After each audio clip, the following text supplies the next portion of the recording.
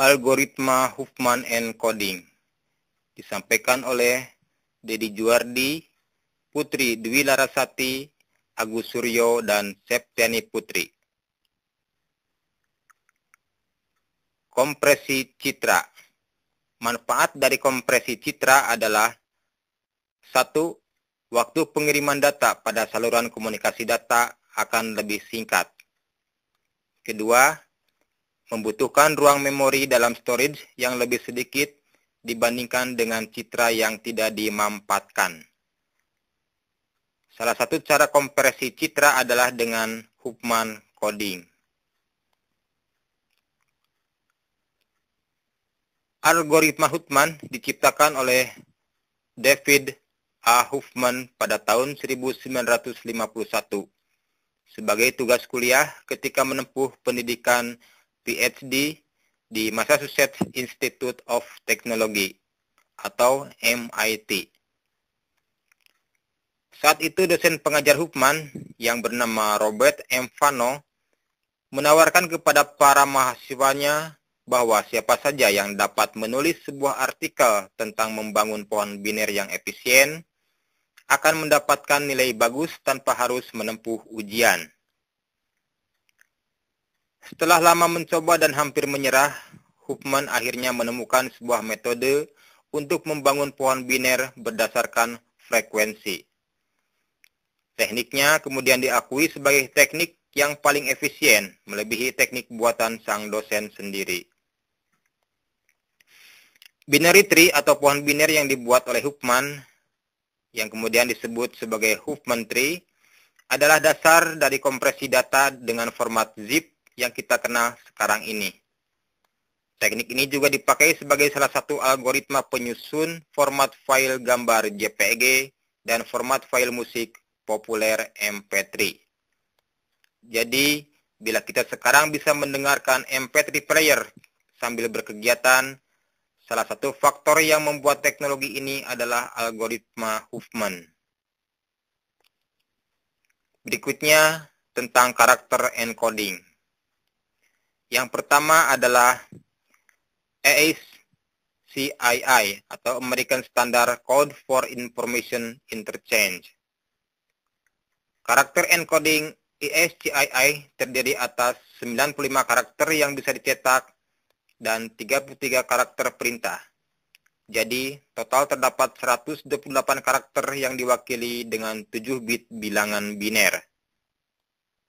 Yang kedua adalah ISO 88591 adalah standar karakter sepanjang 8 bit yang dapat menyimpan 256 karakter. Standar ini sering disebut juga dengan karakter encoding Latin 1. Bagian awal dari ISO 88591 memiliki set yang hampir sama dengan ASCII. Yang ketiga adalah UTF-8 atau Unicode Transformation Format. Adalah standar karakter encoding yang memungkinkan huruf dari berbagai bahasa dimunculkan secara bersama-sama. Jumlah bit untuk menyimpan satu karakter pada standar ini berbeda-beda. Karakter ASCII disimpan sepanjang 1 byte atau 8 bit. Karakter-karakter Latin, Greek, Cyrillic, Armenian, Hebrew, Arabic, Syriac, dan Tana disimpan sepanjang 2 byte atau 16 bit. Karakter-karakter bahasa lain disimpan sepanjang 3 byte atau 24 bit. Yang menarik, karakter huruf Jawa atau Bali berupa alfabet Hanacaraka dan karakter Bugis dari Indonesia sudah terdaftar dalam UTF-8 bagian ini. Masih dimungkinkan menyimpan karakter sepanjang 4 byte untuk keperluan masa depan, tetapi saat ini belum digunakan. Ini adalah tabel karakter.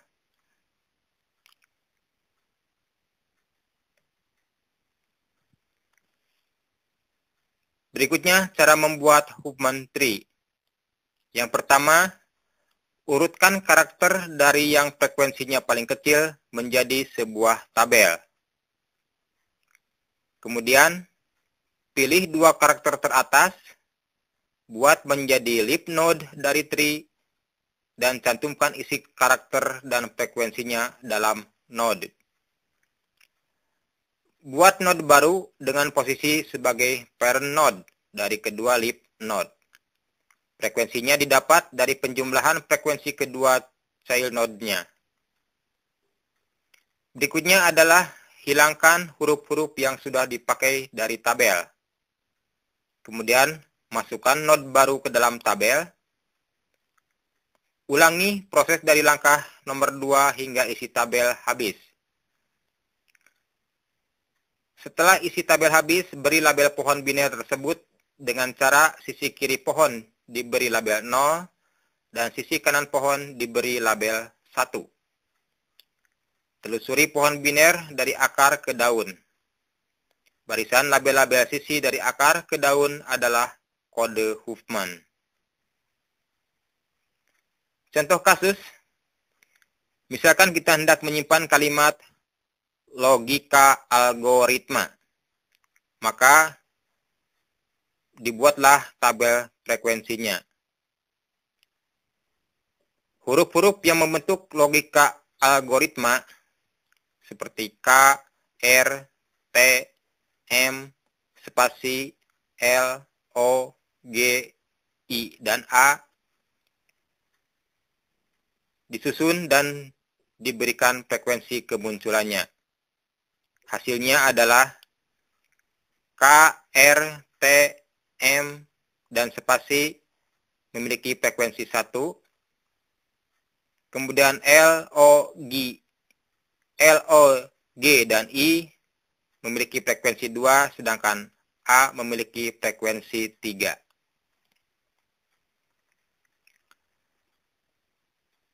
Kemudian, sesuai dengan langkah-langkah tadi, frekuensi yang paling kecil kita susun seperti pada gambar. K dan R yang frekuensinya 1, kemudian dijumlahkan sehingga menghasilkan node baru yang bernilai 2. Kemudian T dan M yang juga berfrekuensi 1, kita jumlahkan menghasilkan node baru yang bernilai 2. Sedangkan spasi yang juga berfrekuensi 1, kita jumlahkan dengan node baru hasil penjumlahan KR sehingga menghasilkan node baru berikutnya yang bernilai 3. Selanjutnya adalah menjumlahkan atau menempatkan karakter-karakter yang berfrekuensi 2. Karena karakter-karakter yang berfrekuensi 1 sudah habis. Karakter L itu sejajar dengan node baru hasil dari penjumlahan T dan M, kemudian dijumlahkan dengan karakter L yang berfrekuensi 2 menghasilkan node baru dengan nilai 4. Begitu juga dengan karakter O, G, dan I. Setelah dijumlahkan, akhirnya didapat hasil 16 sesuai dengan jumlah karakter yang membentuk kalimat logika algoritma tadi.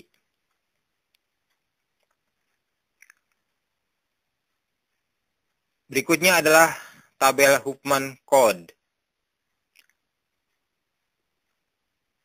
Dari tabel tadi dan sesuai dengan langkah-langkahnya, maka kita bisa menentukan berapa bit masing-masing karakter yang membentuk kalimat logika algoritma tadi. Sebagai contoh, L itu berisi 3 bit yang terdiri dari 0, 1, 1. Kemudian O juga 3 bit yang terdiri dari 1, 0, 0. Seterusnya sampai A yang terakhir itu terdiri dari 2 bit berupa 0, 0. Sehingga total keseluruhan dari karakter yang membentuk kalimat logika algoritma tadi berjumlah 52 bit. Sekarang bandingkan dengan hasil sebelum pemampatan. Sebelum pemampatan atau sebelum kompresi, kalimat logika algoritma tadi berbobot 128 bit, yaitu 16 karakter yang masing-masing karakter terdiri dari 8 bit hingga jumlahnya 128 bit. Sedangkan setelah pemampatan jumlahnya 52 bit. Sehingga dengan algoritma Huffman coding ini telah terjadi penghematan sebesar 76 bit atau 59,38%. Demikian presentasi tentang algoritma Huffman encoding ini, semoga bermanfaat. Terima kasih.